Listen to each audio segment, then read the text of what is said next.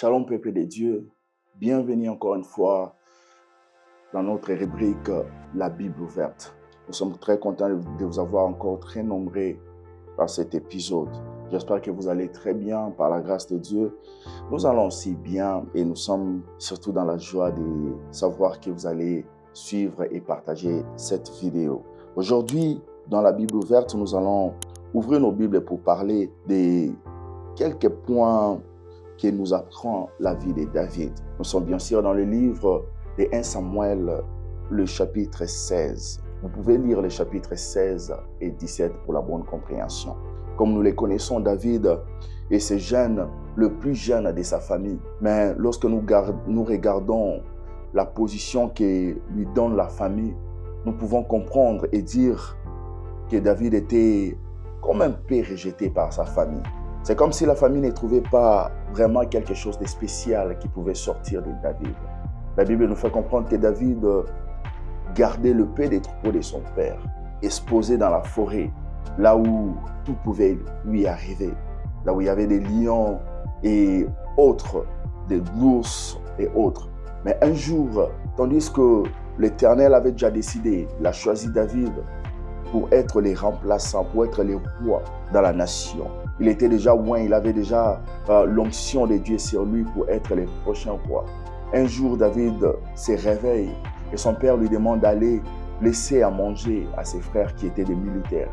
Quelque chose que j'aimerais, avant d'avancer sur cette histoire, que j'aimerais déjà souligner ici, c'est que la bénédiction a des étapes. David avait cette promesse pour être les prochains rois, mais il n'est pas devenu roi juste après cette parole.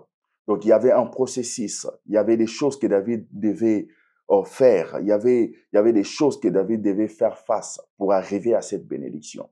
Entre autres, je vais déjà parler de l'obéissance. Parce que malgré la maltraitance qu'il subissait dans sa famille, mais lorsque son père lui demande d'aller laisser en manger à ses frères, David n'a pas refusé. Il a pris en manger et s'est dirigé pour laisser à ses frères. Arrivé au lieu du combat, bien aimé, vous savez, je vais encore vous arrêter avant de continuer pour dire que le jour de ta bénédiction, il y aura toujours quelque chose ou une personne qui va essayer de t'empêcher cette bénédiction. David arrive au lieu du combat. C'est son frère qui s'élève déjà. Juste à la première question de David, il trouve qu'il y avait un problème. Il y avait le géant Goliath qui s'est levé contre son peuple, le peuple de Dieu. Alors David n'a fait que demander, mais qu'est-ce qui ne va pas ici? Son frère, son propre frère s'élève pour dire, non, tu sais David, toi tu es un orgueilleux. Alors tais-toi, ne dis rien, laisse juste la nourriture, je paraphrase, laisse juste la nourriture et rentre. Fais juste ce que le Père t'a demandé de faire et rentre. David se retourna de son frère. Écoute, sur ton chemin de la bénédiction, si tu trouves quelqu'un qui essaye de t'arrêter, bien-aimé, ne perds pas ton temps à l'écouter. Ne permets pas que quelqu'un puisse arrêter ta bénédiction. Ne permets pas que quelqu'un puisse t'arrêter de suivre ton Dieu. Ne permets pas que quelqu'un puisse t'arrêter de recevoir ce qu'il y a de spécial, la bénédiction que le Seigneur t'a promis. Le frère de David essayait d'empêcher David de recevoir. C'est pourquoi l'Éternel l'avait amené dans ces lieux. Parce qu'il n'était pas un soldat, mais il se retrouve quelque part où, selon eux, il n'avait pas de l'espérance. Mais son frère essaye de l'empêcher de recevoir cette bénédiction. Mais David ne l'a pas écouté, bien-aimé. David a continué à demander. On lui dit non, c'est Goliath qui s'est élevé contre le peuple de Dieu. David dit, mais qui est cet incirconcis devant le Dieu d'Israël? Oui, qui est ces problèmes devant ton Dieu? Qui est cette personne, qui est cette sorcière, ces sorciers devant ta vie qui appartient à Dieu? Quelle est cette chose qui s'élève devant le Dieu qui te conduit? Non, bien-aimé, rien ne peut s'élever contre ton Dieu. Rien ne peut s'élever pour t'empêcher de recevoir de ton Dieu. Oui, ce jour-là, Goliath s'est élevé. Il se croyait fort par rapport à sa taille, par rapport à son expérience qu'il avait dans la guerre. Il croyait que personne ne pouvait le battre. Mais ce jour-là, il a rencontré quelqu'un d'autre qui était plus fort que Goliath. David se présente, bien aimé, devant Goliath. Goliath avait l'expérience. Goliath avait les armes possibles, le vêtement possible pour la guerre. Mais David n'avait rien. Tout ce que David possédait, c'était Dieu. David n'avait que Dieu. C'est pourquoi David va dire à Goliath que tu t'avances devant moi avec le paix. Mais moi, je marche avec l'Éternel des armées. Goliath n'avait pas compris quelque chose. David a ajouté une personne d'autre dans ses combats. Bien-aimé, lorsque tu rencontres des difficultés qui est plus que ta force, ajoute quelqu'un qui est plus que ses difficultés. Lorsque tu rencontres des combats qui te dépassent, présente ces combats à quelqu'un qui est capable de vaincre. Et nous n'avons personne d'autre, bien-aimé, que l'Éternel des armées, c'est lui qui est capable de tout. C'est lui qui marche avec nous, c'est lui qui nous donne encore les souffles, c'est lui qui nous donne encore l'espoir. Et comme vous le savez, tant que Dieu nous donne les souffles, ça signifie qu'il n'a pas encore fini avec nous. Il y a encore quelque chose devant. Il a encore quelque chose à faire avec nous. Et lorsqu'il y a des obstacles, lorsqu'il y a des choses qui essayent de t'empêcher d'avancer, bien aimé, appelle celui qui est plus fort. Appelle celui qui est capable de te donner la victoire. Oui, David n'avait que Dieu.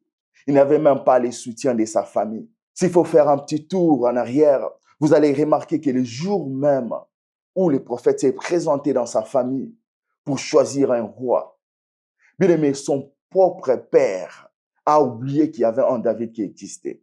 Mais écoute ce qui est bien avec Dieu. C'est que même lorsque les hommes t'oublient, Dieu ne t'a pas oublié. Même lorsque les hommes oublient que tu existes, lorsque la bénédiction se présente, lorsqu'il faut citer le nom de quelqu'un qui doit recevoir, les hommes oublient que tu existes. Oh, Dieu ne t'a pas oublié. Et ça, c'est une raison, bien aimé, de t'attacher encore à ce Dieu, d'avoir une relation avec ce Dieu. Parce que la Bible nous fait comprendre que le Seigneur connaît ses brebis. Et lorsque tu es le brebis de Dieu, lorsque les problèmes vont se présenter, il va reconnaître ta voix. Oh, je t'invite déjà à chercher ce Dieu, à t'attacher, à avoir une relation avec ce Dieu. Parce que lorsque les choses seront difficiles dans ta vie, tu vas invoquer son nom et il va se présenter pour combattre à ta place. Oui, David savait que mon Dieu est capable de faire quelque chose de merveilleux dans ses combats. Et une autre leçon que j'aimerais nous parler ici, la première, c'était l'obéissance de David. La deuxième chose qui nous apprend la vie de David, c'est que David était attaché à Dieu. Il dira au roi, tandis que le roi essaie de les sous-estimer. Mais qui es-tu? De qui es-tu fils? David ne présente pas le nom de son père, mais il présente son expérience. Il dit non, écoute roi, moi que tu vois là, le petit David que tu vois là, dans la forêt, je me suis battu avec le lion, avec l'ours. Je suis peut-être de petite taille, mais en moi, il y a un Dieu qui est grand. Je n'ai peut-être rien à vous donner, mais en moi, j'ai quelque chose de merveilleux. Comme ses disciples pouvaient dire, je n'ai ni or ni argent à te donner, mais ce que j'ai, je te les donne. Oui, c'est exactement ce que David disait au roi. Il dit, je n'ai rien, je n'ai même pas les vêtements pour la guerre, mais ce que j'ai, oui, ce que tu as, c'est Dieu. Ce que tu as, c'est Dieu. Et c'est ce que tu vas donner au monde. Et ce que tu vas donner au monde va surprendre le monde. Parce que le Dieu que tu as est capable de tout. Le Dieu que tu as peut changer quel que soit l'obstacle qui se présente. Oui, Goliath avait une grande taille. Bien aimé, Goliath était invaincu. Tu t'imagines que les gens qui avaient de l'expérience pour la guerre, mais n'ont pas pu attaquer Goliath. Mais David se présente rien qu'avec le nom de l'Éternel des armées, qui est Jésus-Christ, que nous avons accepté de servir, que nous avons tout abandonné pour les suivre. Bien-aimé, celui qui abandonne tout pour suivre Dieu, Dieu abandonne aussi tout pour sa vie. Et David, ce jour-là, s'est présenté qu'avec le nom de l'Éternel. Le roi essaie de lui donner son armure. Bien-aimé, ça pesait sur David. Parce que David ne pouvait pas porter quelque chose d'autre que le nom de Dieu. Troisième leçon, c'est qu'il ne porte rien d'autre, quelles que soient les difficultés de la vie, ne porte rien d'autre que le nom de l'Éternel. N'essaye pas d'ajouter quelque chose d'autre à ces noms.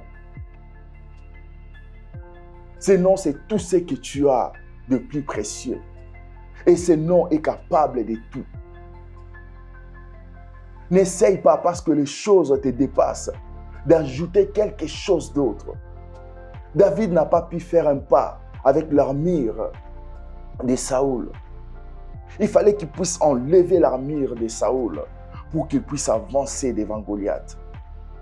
Et lorsque David s'est avancé devant Goliath avec le nom de l'Éternel, nous connaissons la suite. Toutes ces personnes qui essayaient de l'arrêter, ce sont les mêmes personnes qui ont chanté le nom de David. Ce sont les mêmes personnes, je suis sûr, qui étaient fiers d'avoir David dans leur famille. Ce sont les mêmes personnes qui étaient tellement fiers de David.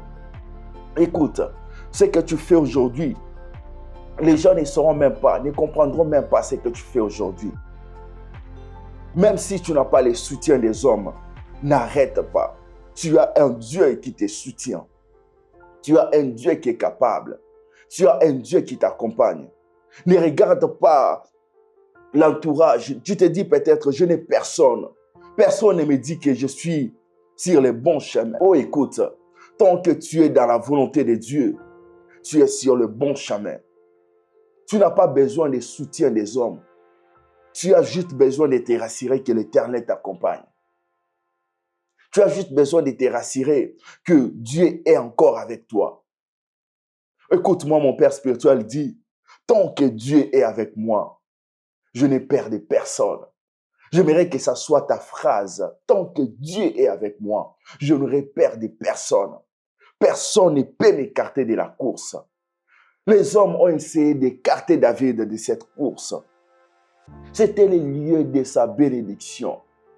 Écoute, tu ne seras pas tenté au-delà de tes forces. Dieu sait, il connaît ta force. Et tout ce qui se présente devant toi, les difficultés qui se présentent devant toi, bien-aimé, Dieu connaît que tu es capable. Tu as suffisamment la force pour vaincre ces choses. Alors ne désespère pas. Mais ce que moi je viens te proposer, c'est d'avoir la foi à ce Dieu. De croire que ton Dieu est capable. Quelque chose que j'aime avec Dieu, de plus tu crois en lui, de plus il se manifeste. Donc l'espace que tu accordes à Dieu, c'est l'espace qu'il se manifeste. Si tu crois qu'il est capable de tout, alors il se manifeste capable de tout aussi. Si tu crois qu'il peut tout faire, alors il se manifeste selon l'espace que tu l'accordes. Et si tu l'accordes l'espace du roi, tu l'accordes l'espace de maître dans ta vie, c'est dans cet espace-là que Dieu va se manifester. C'est dans cet espace-là que Dieu va agir. Parce que sa parole dit, je me tiens à la porte et je frappe. Celui qui entend ma voix et ouvre, j'entrerai. Il est là devant ta porte. Il n'attend que tu puisses lui donner l'espace. Dans ce combat qui se présente devant toi, oui, Dieu est là. Il n'attend que tu puisses lui donner l'espace pour qu'il puisse combattre pour ta vie. Ce n'est pas David qui a vaincu Goliath. C'est Dieu qui a vaincu Goliath. Parce qu'en réalité, David n'avait pas la taille ni la force pour vaincre Goliath. Mais David n'avait qu'un Dieu puissant qui était capable de vaincre Goliath. Et c'est ce Dieu-là qui s'est présenté dans ce combat et qui a vaincu Goliath. Oui, c'est Dieu, je crois, qu'il est capable de s'élever et de vaincre les Goliaths de ta vie. Je ne sais pas qui est le Goliath de ta vie. Je ne sais pas ces problèmes qui se présentent comme Goliath. Je ne sais pas cette personne qui s'élève devant ta vie comme Goliath. Mais quelque chose est sûr et certain. L'Éternel s'élèvera le dernier pour combattre pour ta vie. L'Éternel s'élèvera le dernier pour te donner la victoire. L'Éternel s'élèvera le dernier pour t'amener au-delà de tes pensées, au-delà de ce que tu demandes. Mais ce que je te demande et ce que j'aimerais que tu puisses retenir aujourd'hui, la première chose, c'est d'être obéissant. La deuxième chose, c'est de ne pas laisser les obstacles, la taille de tes combats, t'enlever de la course. La troisième chose, c'est de toujours te rassurer que l'Éternel marche avec toi. C'est là que tu auras la victoire dans tes combats. C'est là que tu seras un vaincu, quel que soit l'adversaire. Si Dieu est pour nous, qui sera contre nous? Et même s'ils sont contre nous, notre Dieu est capable de nous donner la victoire. Notre Dieu est capable de nous amener dans des lieux où les portes sont fermées. Il est capable. Tant que Dieu est avec toi, David, oui, c'est toi que je parle. David, écoute-moi. Tant que l'Éternel Dieu est avec toi, tu vaincras les Goliaths de ta vie. Alors si tu crois, tu peux élever ta main là où tu es et déclarer que quelles que soient les difficultés de ma vie, tant que Dieu est avec moi, la victoire est certaine. Et si tu crois à cette prière, j'aimerais que cette prière s'attache à ta vie dans tous les domaines. Que le Seigneur te bénisse. Partage cette vidéo pour bénir une personne. À bientôt.